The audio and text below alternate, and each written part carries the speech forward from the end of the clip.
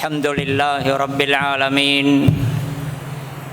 وهو ولي الصالحين والصلاة والسلام على أشرف المرسلين سيدنا وحبيبنا محمد بن عبد الله وعلى آله وصحبه ومن تبعه بإحسان إلى يوم الدين. எல்லா புகழும் வல்லவன் அல்லாஹ் ஒருவனுக்கே.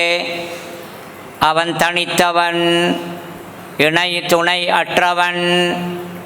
எல்லா படைப்புகளையும் படைத்து பரிபாலிக்கக்கூடிய வணக்கத்துக்குரிய ஒரே நாயன். சலாத்தும் சலாமும் இறுதி தூதர் அவர்கள் மீதும் அவர்களது குடும்பத்தார், தோழர்கள், கியாம நாள் வரை அன்னாரை பின்பற்றி நடக்கக்கூடிய முஸ்லிமான முஃமினான ஆண் பெண்கள் அனைவர் பேரிலும் உண்டாவதாக. ஜும்ஆ கடமைக்காக வந்திருக்கும் அல்லாஹுவின் நல்லடியார்களே, எமது வாழ்க்கையில் எல்லா இடங்களிலும் எல்லா நேரங்களிலும் வல்ல அல்லாஹுவை பயந்தே அவனது கோபமும் தண்டனையும் ஏற்படாத விதத்தில் நாம் நடந்து கொள்வோமாக. எமது வாழ்க்கையை அந்த தக்வாவின் அடிப்படையில் அமைத்து கொள்ள எல்லாம் வல்ல அல்லாஹ் எனக்கும் உங்களுக்கும் அருள் புரிவானாக. அன்பிற்குரிய இஸ்லாமிய சகோதரர்களே, இஸ்லாமிய ஹிஜ்ரி வருடத்தில் துல்கஅதா மாதத்திலே நாங்கள் இருந்து கொண்டிருக்கின்றோம். துல்கஅதா மாதம் ஆரம்பமாகுவதுடன் ஹஜ்ஜுடைய காலம் ஆரம்பமாகி விடுகின்றது.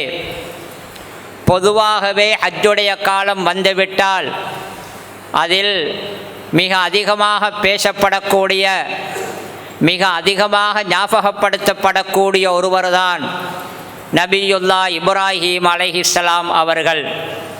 மதிப்புக்குரியவர்களே, ஹஜ்ஜுடைய அமல்களில் அதிகமான அமல்கள் அந்த நபி அவர்களுடைய தியாகத்தை, அர்ப்பணிப்பை, அல்லாஹுவுக்கு அவர் கட்டுப்பட்ட அந்த வழிபடுதலை ஞாபகப்படுத்தக்கூடியதாக அதிகமான ஹஜ்ஜுடைய அமல்கள் இருப்பதையும் நாங்கள் பார்க்கலாம்.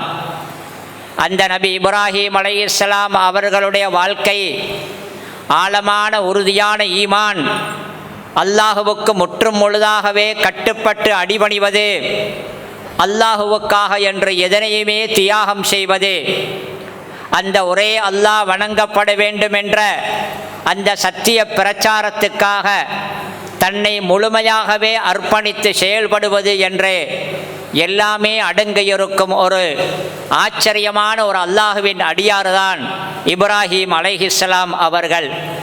அல்லாஹ் அல் குர்ஆனிலே பல இடத்திலே இப்ராஹீமை நினைவு கூர்வையாக, இப்ராஹீமுடைய இந்த விடயத்தை ஞாபகப்படுத்துவீராக, அடுத்தவர்களுக்கு சொல்லுவீர்களாக என்று பல இடங்களிலே சொல்லுகிறான்.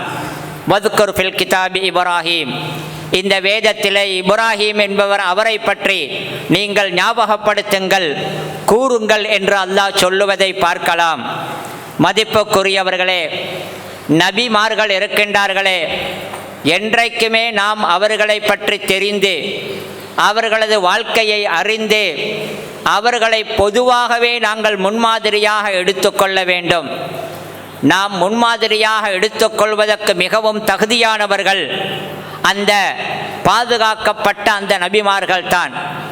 அந்த நபிமார்களுடைய வாழ்க்கை சில பேர் நினைப்பதை போன்று ஏதோ ஓதுவதற்கும் தொழுதுவதற்கும் ஆன்மீகத்துக்கும் இவைகளுக்கு மாத்திரம் உள்ளது அல்ல. பொது வாழ்வுக்கு, சமூக வாழ்வுக்கு, பொருளாதாரம், குடும்பவியல் என்று எல்லாவற்றுக்கும் சேர்த்து நபிமார்கள் முன்மாதிரிகளாக இருக்கின்றார்கள். அன்பிற்குரியவர்களே, நபி இப்ராஹீம் அலைஹிஸ்ஸலாம் அவர்கள் எந்த அளவுக்கு முக்கியமானவர்கள் என்பதை புரிந்து கொள்ளலாம். அல் குர்ஆனில் அவருக்கு கிடைத்திருக்கும் இடம், அல் குர்ஆனில் அவர் கூறப்பட்டிருக்கும் அளவு, அதை பார்த்தாலே புரியலாம் இப்ராஹீம் அலைஹிஸ்ஸலாம் அவர்கள் எந்த அளவுக்கு முக்கியமானவர்கள் என்பது.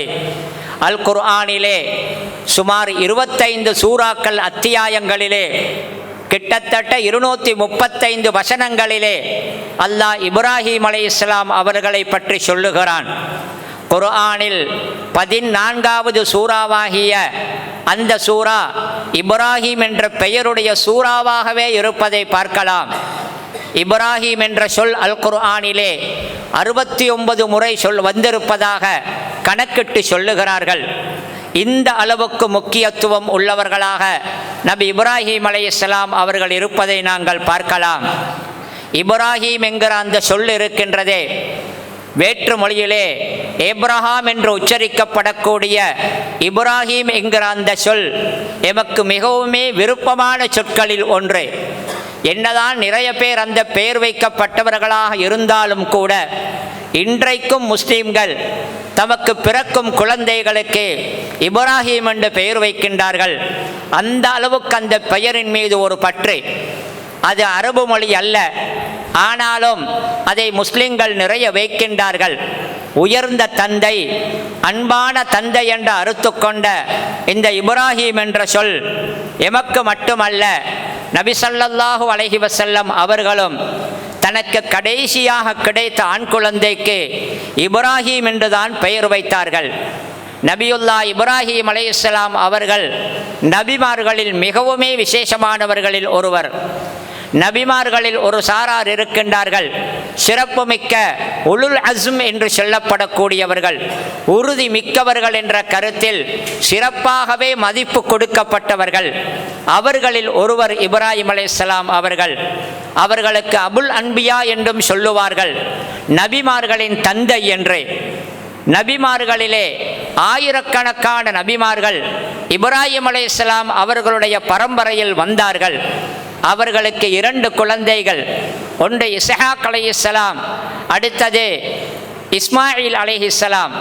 அந்த இஸ்ஹாக் அலைஹிஸ்ஸலாம் இருக்கின்றார்களே, அவருக்கு ஒரு மகன் இருந்தார் யாக்கூப் என்று, அவருக்கு இன்னொரு பேர் இஸ்ராயில் என்று. அந்த யாக்கூப் நபியின் பரம்பரையில் வந்தவர்கள் பனு இஸ்ராயில்கள். அந்த பரம்பரையில் ஆயிரக்கணக்கான நபிமார்கள் வந்தார்கள். அடுத்த மகனாகிய இஸ்மாயில் அலைஹிஸ்ஸலாம் அவர்களுடைய பரம்பரையில் ஒரே ஒரு நபி, மிகச் சிறப்புமிக்க நபி, எங்கள் நபி ஸல்லல்லாஹு அலைஹி வஸல்லம் அவர்கள் அந்த பரம்பரையிலே வந்தவர்கள். மதிப்புக்குரியவர்களே, இப்ராஹிம் அலைஹிஸ்ஸலாம் அவர்களை பொறுத்தவரையிலே எல்லோருமே அவரை மதிக்கின்றார்கள்.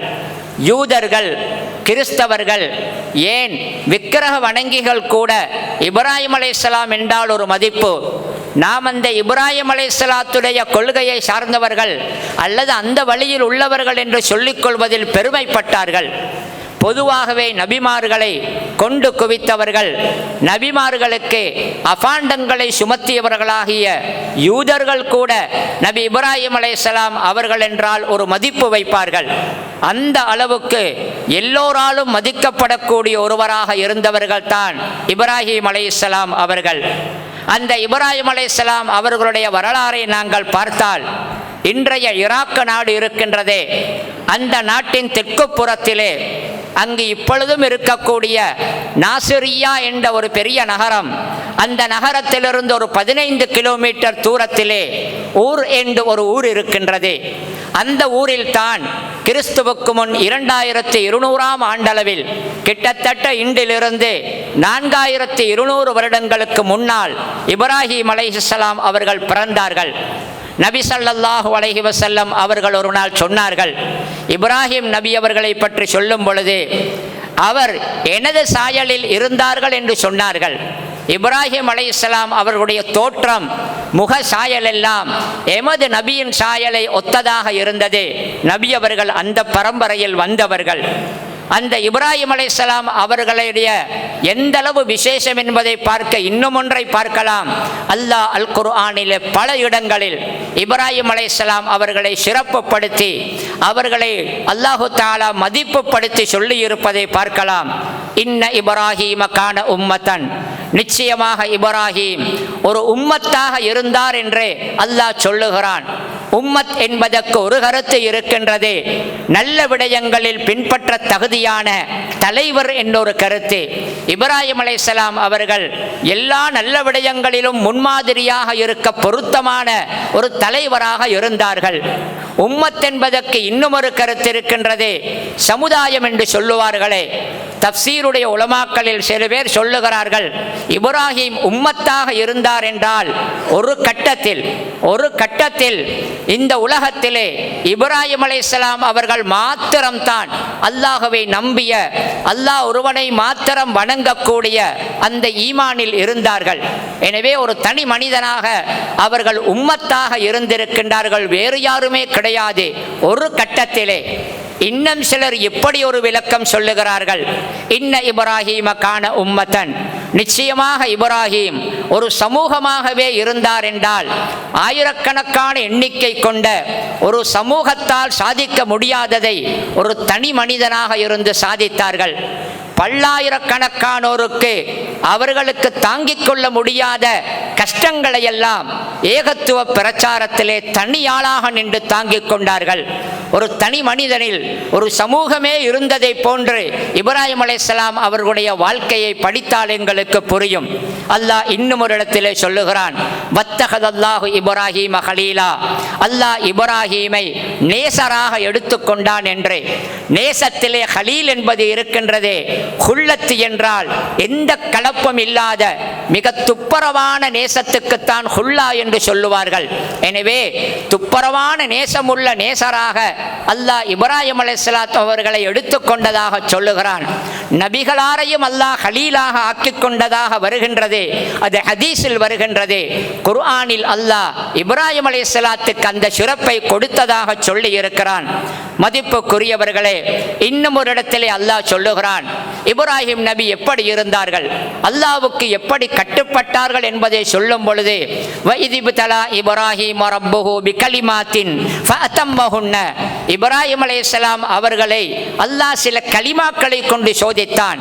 அதாவது மார்க்கம் சம்பந்தப்பட்ட சில கட்டளைகள், ஏவல் விலக்கல்களை கொண்டு இப்படி நடங்கள், இப்படி நடக்க வேண்டாம் என்று அல்லாஹ் மார்க்க சட்டங்களை கொண்டு சோதித்தான். அந்த அல்லாஹ் சொன்ன எல்லா விடயத்தையும் அவர் செய்தார் என்பதை அல்லாஹ் எப்படி சொல்லுகிறான் தெரியுமா? அதை செய்தார் என்று மாத்திரம் சொல்லாமல் அந்த அனைத்து கட்டளைகளையும் பரிபூரணமாகவே நிறைவேற்றினார் என்று அல்லாஹ் சொல்லுகிறான். இப்ராஹிம் அல்லதி வஃபா, பரிபூரணமாக அல்லாஹ்வின் கட்டளைகளை நிறைவேற்றிய இப்ராஹிம் என்று அல்லாஹ் இன்னும் ஒரு இடத்திலே சொல்லுகிறான். மதிப்புக்குரிய சகோதரர்களே, இன்னும் ஒரு இடத்தில் அல்லாஹ் இப்படி சொல்லுகிறான், எமது நபியை பார்த்து சொல்லுகிறான், அனித்தபி மில்லத இப்ராஹிம ஹனீஃபா, நீங்கள் இப்ராஹிமுடைய மார்க்கத்தை பின்பற்றுங்கள் என்று அல்லாஹ் சொல்லுகிறான். அன்பிற்குரியவர்களே, இப்ராஹிம் அலைஹிஸ்ஸலாம் அவர்கள் கொண்டு வந்த சட்டதிட்டங்கள் வேறு, எமது நபிகளார் கொண்டு வந்த மார்க்கத்தின் சட்டதிட்டங்கள் அது பொதுவாகவே வேறு. ஆனால் அடிப்படையில் எல்லா நபிமார்களும் போதித்த அந்த அகீதா என்ற நம்பிக்கை கோட்பாடும் மார்க்கத்தின் அடிப்படை விதிகளும் எல்லோரும் ஒன்றைத்தான் சொன்னார்கள்.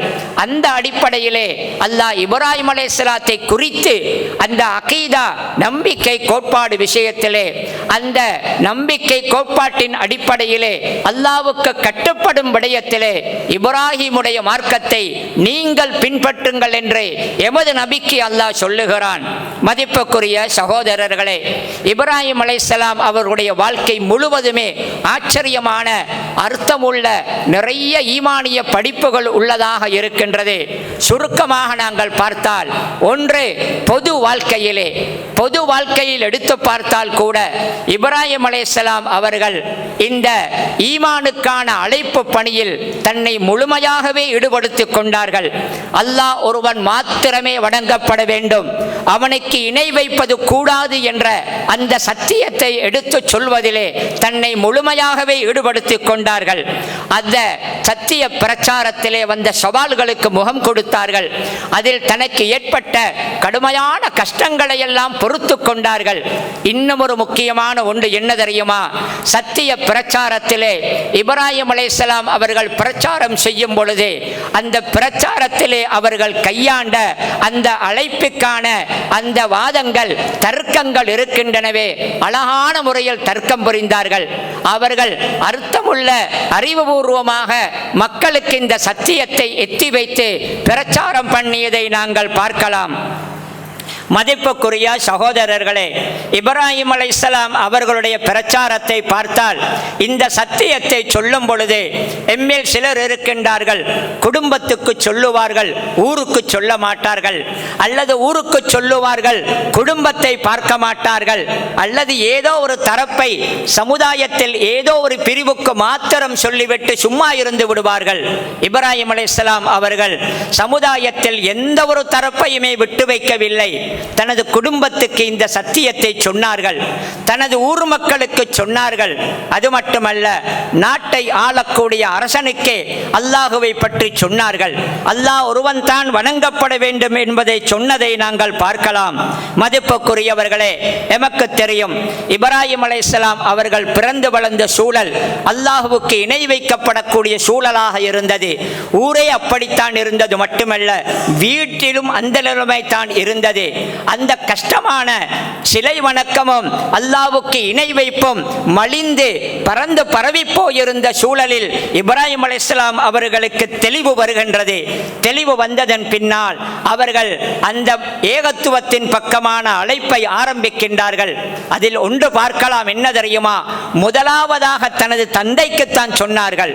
எம்மில் பல பேர் இருக்கின்றார்கள், சீர்திருத்தம் அல்லது அழைப்பு பணி என்று செய்பவர்கள் கூட தனது வீட்டையும் உறவுகளையும் வைத்துவிட்டு ஊருக்கு உபதேசம் செய்வார்கள்.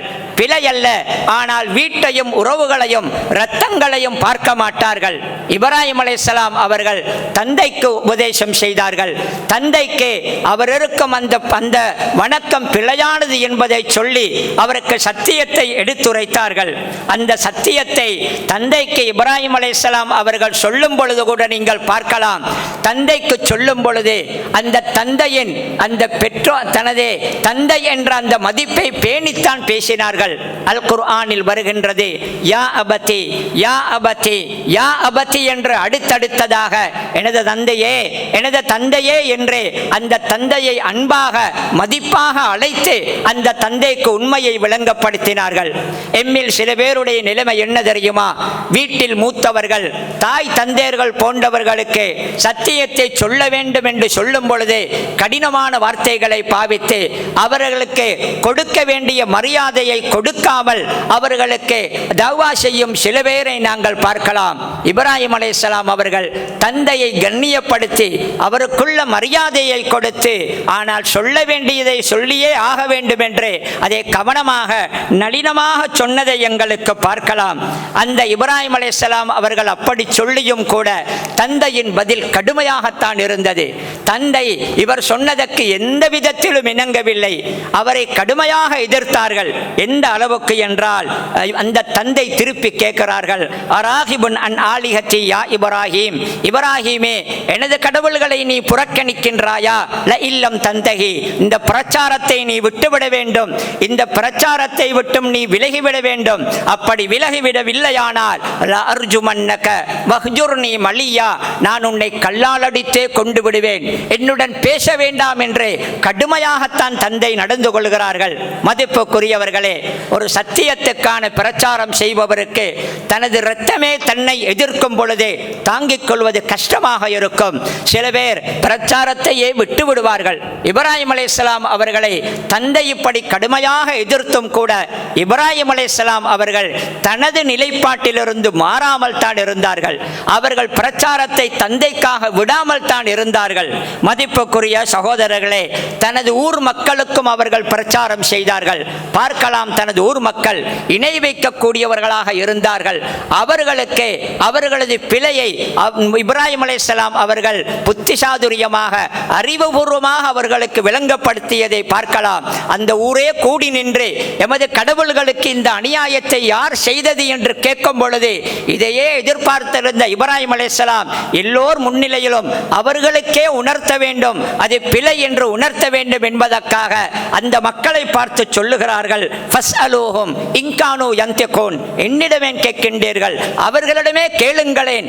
அந்த உங்களது கடவுள்கள் பேசக்கூடியவர்களாக இருந்தால் உங்களுக்கு பதில் சொல்லுவார்கள் என்று அவர்கள் செய்யும் பிழையை அவர்களுக்கு உரைக்க வைக்கின்றார்கள். அந்த மக்கள் அப்பொழுதுதான் உணர்கின்றார்கள். அல்லாஹ் சொல்லுகிறான், ஃபரஜஉ இலா அன்ஃபுஸிஹிம், அவர்கள் தன்னிலையை பற்றி, தமது நிலைமையை பற்றி அப்பொழுதுதான் யோசித்தார்கள். இந்த கடவுள்களுக்கு பேச முடியாதே, பேச முடியாத, கேட்க முடியாதவைகளை நாங்கள் வணங்குகின்றோமே, நாம் பிழை செய்து விட்டோமே என்று உணர்கின்றார்கள். அவர்களுக்கு இப்ராஹிம் அலைஹிஸ்ஸலாம் அந்த உண்மையை உணர்த்தினார்கள். அவர்களே உணர்ந்தார்கள். ஆனாலும் இதில் இன்னும் ஒன்றை பார்க்கலாம். சத்தியத்தை சொல்லும் பொழுது ஒருவர் பிழை செய்கின்றார் என்றிருந்தால் அந்த பிழையை நாங்கள் உணர்த்தும் பொழுது அது பிழைதான் என்று அவருக்கு புரிந்தாலும் கூட அப்படி புரிந்த எல்லோருமே திரிந்து விடுவதில்லை. அதில் சில பேர் இருக்கின்றார்கள், அறிவுபூர்வமாக பதில் சொல்ல முடியாவிட்டால் அறிவாளை தூக்குவதை போன்று செயல்படுவார்கள். அவர்களுக்கு பதில் கிடையாது. அவர்களே உணர்கிறார்கள் செய்வது விலைதான், இதற்கு மேலால் இதை நிரூபிப்பதற்கு முடியாது என்று இருக்கும் பொழுது அவர்களது அதிகாரத்தை, அவர்களது சக்தியை பயன்படுத்தி வன்முறையை கையில் எடுத்து தமது பிழையை தமக்கு உணர்த்த வந்தவனையே அழிப்பதற்கு முயற்சி செய்வார்கள். ஒரு சாரார் அப்படி இருக்கின்றார்கள். அதே வேலையை தான் அவர்கள் செய்தார்கள், உணர்ந்தார்கள். இப்ராஹிம் அலைஹிஸ்ஸலாமிடம் திரும்பி கேட்டார்கள், பேச முடியாதே அவைகளுக்கு, அவைகளிடம் நீ கேட்க சொல்லுகிறாயே என்று சொன்ன பொழுது பேச முடியாதவைகளை ஏன் வணங்குகிறீர்கள் என்று திருப்பி கேட்டார்கள். அந்த நேரத்தில் அவர்களுக்கு தடுமாட்டம் புரிந்துவிட்டது. ஆனாலும் திருந்த மனமில்லை. என்ன சொன்னார்கள் தெரியுமா?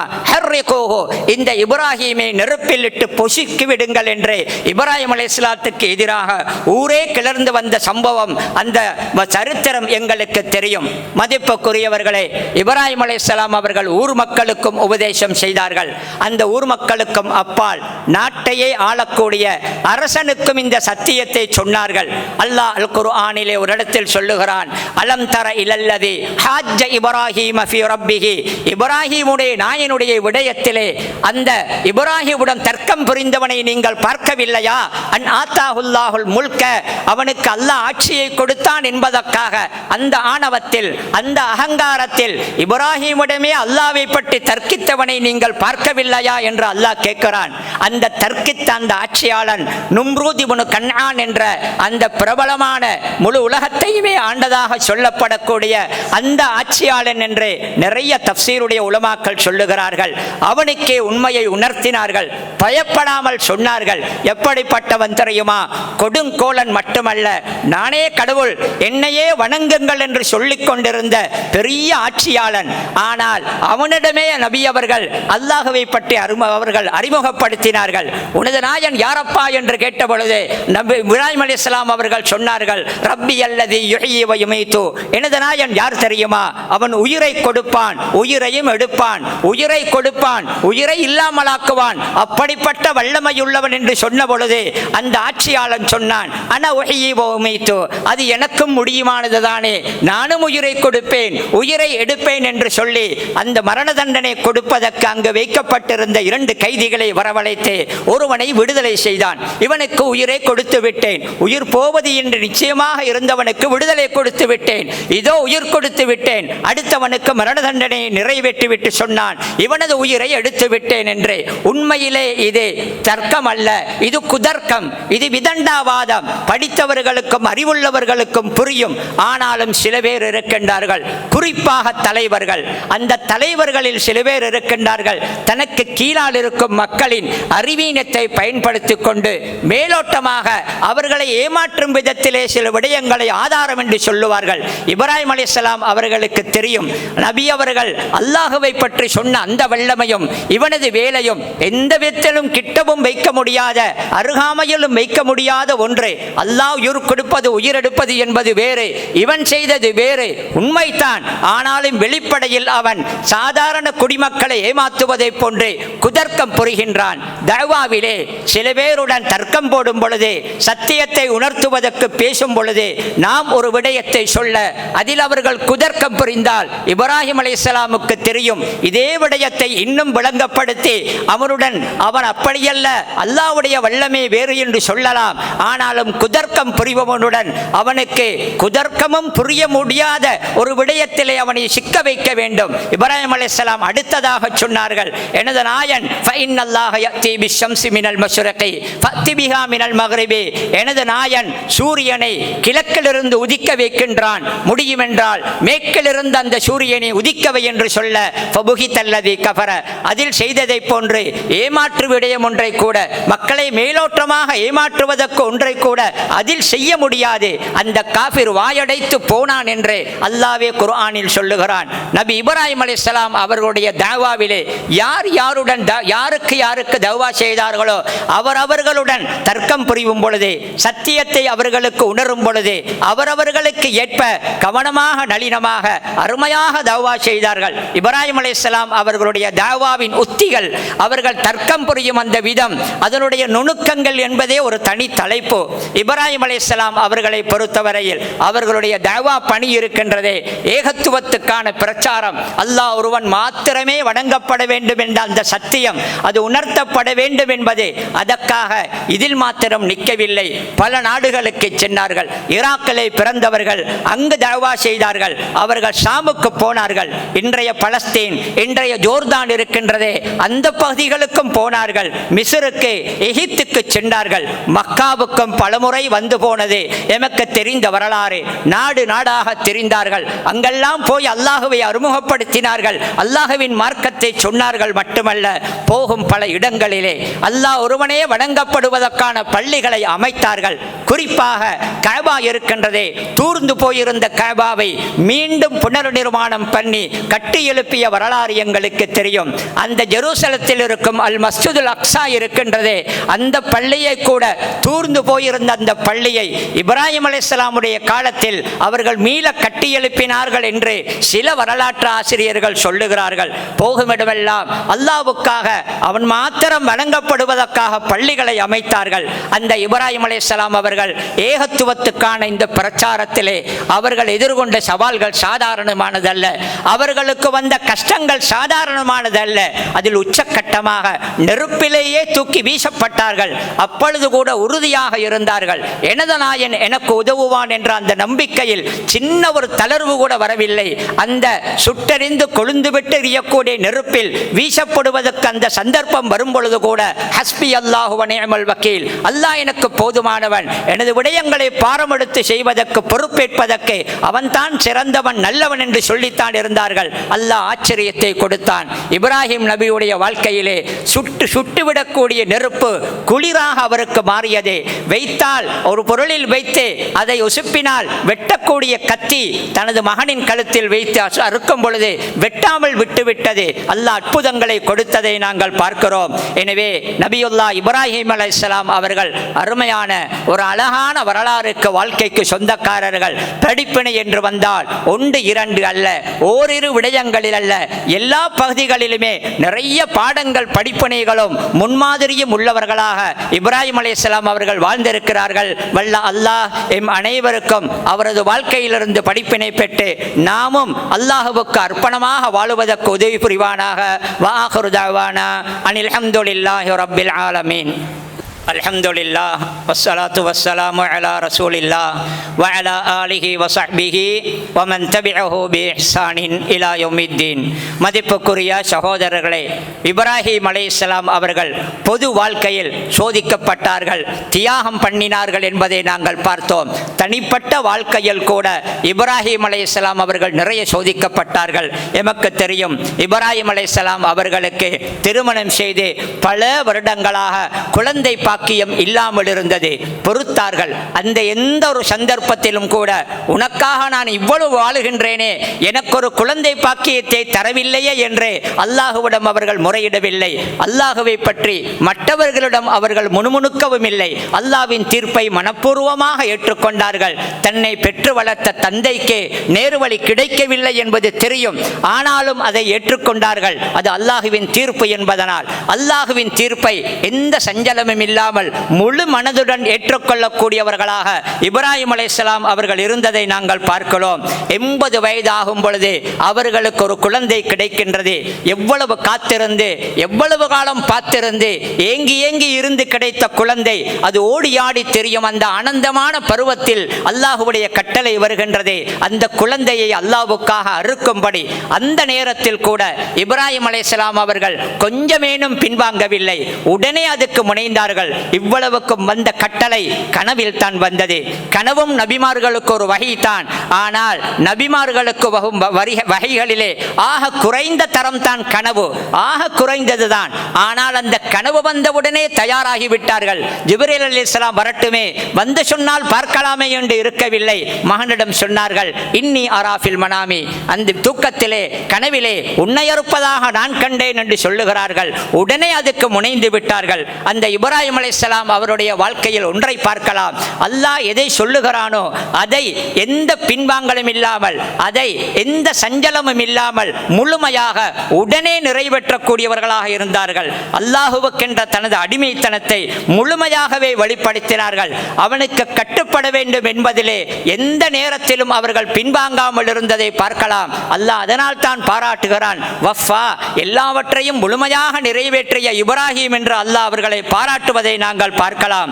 மதிப்புக்குரிய சகோதரர்களே, இப்ராஹிம் அலைஹிஸ்ஸலாம் அவர்களுடைய முன்மாதிரி தனங்கள், அவர்களுடைய சிறப்புகள் என்று பேசுவதற்கு நிறைய இருக்கின்றது.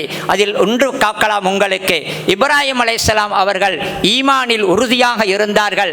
அந்த ஈமானிய பயணத்திலே, அதற்கான பிரச்சார பயணத்திலே வந்த சவால்களுக்கெல்லாம் எந்த களைப்பும் இல்லாமல், சளைப்பும் இல்லாமல், பின்வாங்குவதும் இல்லாமல் அதற்கு முகம் கொடுத்தார்கள். மதிப்புக்குரியவர்களே, அன்றைய உலகத்தில் வாழ்ந்த எல்லா தரப்புடனும் அல்லாஹுவை பற்றி சொல்லும் பொழுது தர்க்கம் புரிந்தார்கள். எல்லோருமே மடக்கினார்கள், எல்லோருக்குமே உணர வைத்தார்கள். அந்த இப்ராஹிம் அலைஹிஸ்ஸலாத்துக்கு இந்த நிலைமைக்கான காரணங்கள் இரண்டு. ஒன்று, தான் கொண்டிருந்த கொள்கையை பற்றி சரியான அறிவு அவர்களிடத்தில் இருந்தது. அடுத்தது, அந்த கொள்கையில் மிக மிக உறுதியாக இருந்தார்கள். எந்த ஒரு கொள்கையாக இருந்தாலும் நாம் புரிந்து கொள்ள வேண்டும், அந்த கொள்கையை பற்றி எந்த அளவுக்கு சரியாக, எந்த அளவுக்கு முழுமையாக எமக்கு அறிய முடியுமோ, அதை பற்றி அறிவு இருக்கின்றதோ அந்த அளவுக்கு அந்த கொள்கையை நாங்கள் பின்பற்றுவோம், சரியாக அதை நிறைவேற்றுவோம். மட்டுமல்ல, அந்த கொள்கை விடயத்தில் யாராவது எம்மிடம் தர்க்கம் புரிய வந்தால் அவர்களிடம் தோற்று போகாமல் நாம் தைரியமாக தர்க்கம் புரிவோம். அவர்களுக்கு அந்த அளவுக்கு கொள்கையில் தெளிவான அறிவு இருந்தது. அதை தேடினார்கள். இப்ராஹிம் அலைஹிஸ்ஸலாம் கேட்டார்கள், ரப்பி ஹப்லி ஹுக்மன் வல்ஹிக்னி பிஸ்ஸாலிஹீன், யா அல்லாஹ் எனக்கு ஹுக்மை தா. ஹுக்மை தா என்றால் என்ன விளக்கம் தெரியுமா? நான் கொண்டிருக்கும் இந்த கொள்கையை பற்றிய ஞானத்தை தா, இதை பற்றிய அறிவை தா என்று சொன்னார்கள். தெளிவான அறிவிலே இருந்தார்கள். அந்த தெளிவான அறிவிலே இருந்ததனால் யாருக்குமே அவரை தோற்கடிக்க முடியாமல் போனது. சில பேர் அவரிடம் வந்து அல்லாஹ்வை பற்றி விவாதிக்கும் பொழுது, தர்க்கிக்கும் பொழுது அவரே சொன்னார்கள், அத்துஹாஜ்ஜூனி ஃபில்லாஹி வகத் ஹதானி, அல்லாஹ்வுடைய விடயத்தில் நீங்கள் என்னை தர்க்கித்து மடக்க வருகின்றீர்களா? அவன் எனக்கு நேர்வழி காட்டிவிட்டான், நான் தெளிவில் இருக்கின்றேன், சரியான அறிவில் இருக்கின்றேன் என்று சொன்னார்கள். ஒரு கொள்கையை பற்றிய அறிவு எந்த அளவுக்கு தெளிவாக, எந்த அளவுக்கு ஆழமாக இருக்கின்றதோ அந்த அளவுக்கு அந்த கொள்கையை பின்பற்றவும் அமுல்படுத்தவும், அந்த கொள்கை விடயத்தில் மற்றவர்களுக்கு அதை சொல்லி அதை நிரூபிக்கவும் முடியும். அடுத்தது, ஒரு கொள்கை விடயத்திலே அந்த கொள்கையை பற்றிய உறுதி இருக்க வேண்டும். எந்த அளவுக்கு அந்த கொள்கையை பற்றி உறுதி ஆழமாக இருக்கின்றதோ அந்த அளவுக்கு அந்த கொள்கை விடயத்தில் வரக்கூடிய எந்த ஒரு கஷ்டத்தை பற்றியும் கவலைப்பட மாட்டார்கள். இப்ராஹிம் அலைஹிஸ்ஸலாம் அந்த உறுதியை தேடினார்கள். ரப்பி அரினி கைஃப துஹ்யில் மௌத்தா, யா அல்லாஹ் அந்த இறந்தவர்களுக்கு நீ எப்படி உயிர் கொடுக்கின்றாய் என்பதை எனக்கு காட்டு, நான் பார்க்க வேண்டும் என்று சொன்னார்கள். அவளும் தூமீன், இப்ராஹிமே நீ அதை நம்பவில்லையா என்று கேட்க, பலா நம்புகின்றேன், நம்பாமல் இல்லை, வலாக்கின் லியத்மஇன்ன கல்பி, அதில் இன்னும் எனது அந்த விடயத்தில் உறுதிப்படுத்திக் கொள்ள கேட்கின்றேன் என்று சொன்னார்கள். அந்த உறுதி ஆழமாக இருந்ததனால் தான் நெருப்பில் போடும் பொழுது கூட எந்த பின்வாங்குதலும் அவர்களிடத்தில் இருக்கவில்லை. எனவே ஒரு கொள்கை விடயத்தில் சரியான அறிவு, அந்த கொள்கையில் உறுதி இருந்தால் அதற்கு பின்னால் எல்லாமே சரியாக நடந்துவிடும். மதிப்புக்குரியவர்களே, இப்ராஹிம் அலைஹிஸ்ஸலாம் அவர்கள் இவைகள் மட்டுமல்ல, சுனனுல் ஃபித்ரா என்று சில விடயங்களை சொல்வார்கள்.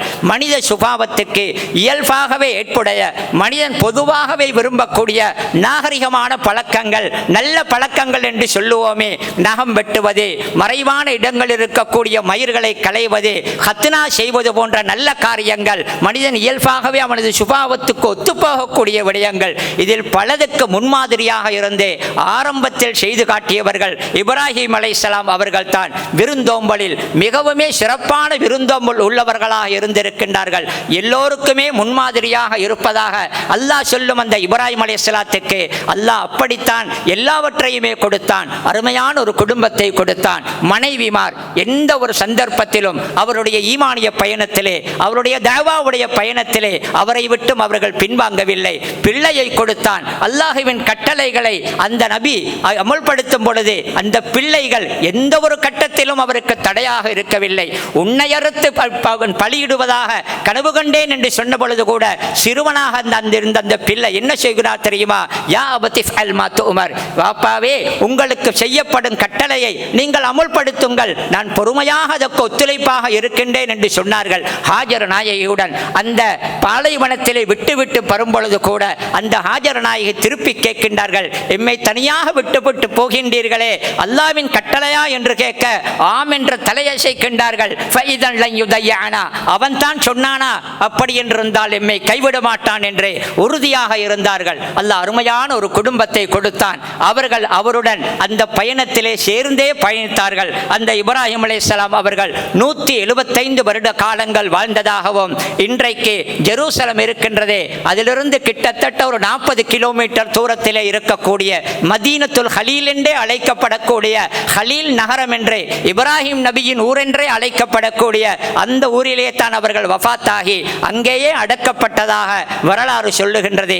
எனவே இந்த மாபெரும் மனிதருடைய மிகச்சிறந்த நபிமார்களில் ஒருவராக அவருடைய வாழ்க்கையை நாங்கள் படிப்போம். நபிமார்களுடைய சரிதைகளை புரிந்து படித்து அதன் மூலம் படிப்பினை பெறுவோம். வல்ல அல்லாஹ் அனைவனுக்கும் அருள் புரிவானாக. யா அல்லாஹ், எமது பாவங்களை மன்னிப்பாயாக, எமது தாய் தந்தையர்கள் உஸ்தாதுமார்களுடைய பாவங்களை மன்னிப்பாயாக. எங்கெல்லாம் முஸ்லிம்கள் கஷ்டப்படுகின்றார்களோ அங்கே அவர்களுக்கு விடிவையும் அவர்களுக்கு விமோசனத்தையும் கொடுப்பாயாக. வ ஆகிரு தஅவானா அனில் ஹம்துலில்லாஹி ரப்பில் ஆலமீன்.